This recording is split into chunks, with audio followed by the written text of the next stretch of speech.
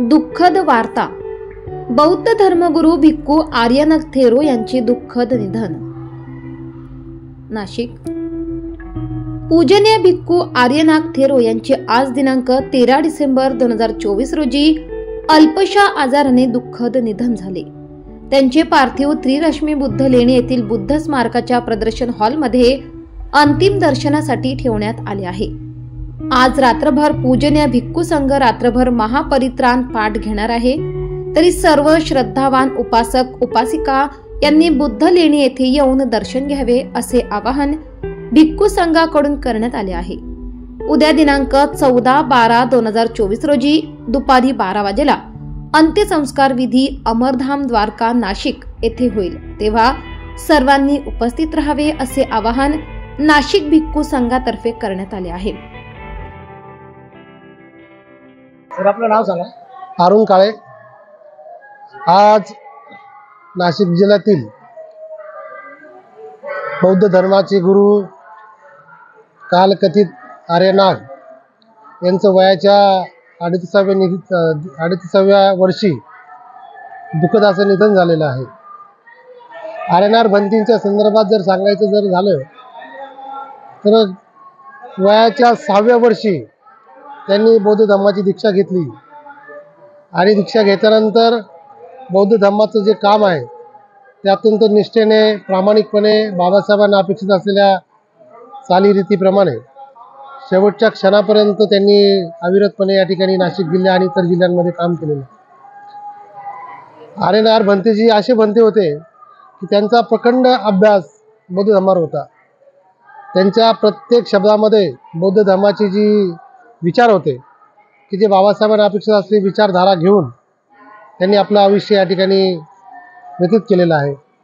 आज खऱ्या अर्थानं आर्यनाथ भंतेंच्या निधनानंतर नाशिक जिल्ह्यामध्ये नव्हे तर पूर्ण महाराष्ट्रामधले जो आंबेडकरी समाज आहे तो दुःखामध्ये या ठिकाणी विलीन झालेला आहे.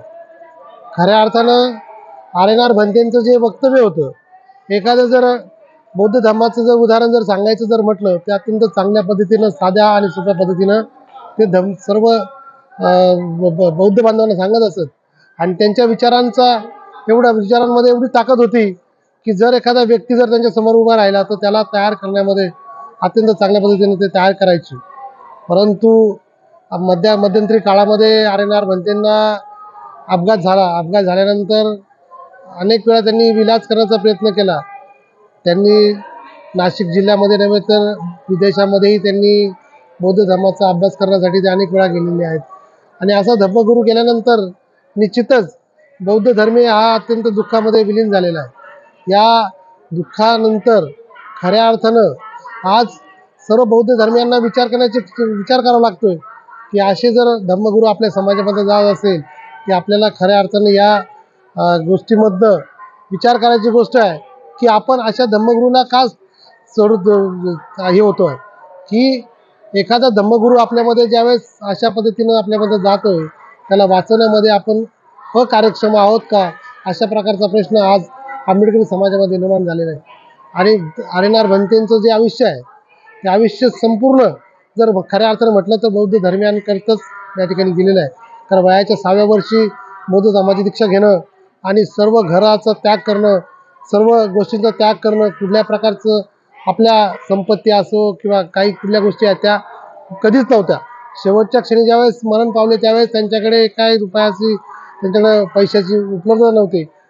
समाजाने त्या ठिकाणी अनेक वेळा त्यांना मदत केली आणि समाजाच्या पैशातनं त्यांनी आपल्या उदरनिर्वाहाचं काम त्या ठिकाणी नित्यनियमाने केलेलं आहे. आज खऱ्या अर्थानं आपण नाशिक जिल्ह्यातील आंबेडकरी समाज आहे हा बौद्ध धर्मियांच्या गुरूंना या ठिकाणी मुकलेला आहे. आणि यामुळे खऱ्या अर्थानं आपण सर्वांनी यातून एक शिकलं पाहिजे की ज्या माणसाचा जन्म आहे ते प्रत्येक वेळा सांगायचे की माणसाचा जन्म आहे त्याचा मृत्यू निश्चित ठरलेला आहे. आणि ते प्रत्येक वेळा त्यांनी आजच्या क्षणी ज्यावेळेस आम्ही आर्यनाथ भंतेंकडे बघतोय की त्यांच्याकडे बघितल्यानंतर त्यांचं जे तेज आहे ते तेज असं सांगतं की प्रत्येकाला या जगातून जायचं आहे. जात असताना सतकर्म चांगलं कर्म जर आपण जर केलं तर मेल्यानंतरही त्याच्या ज्या विचार आहेत त्या अमर राहतात.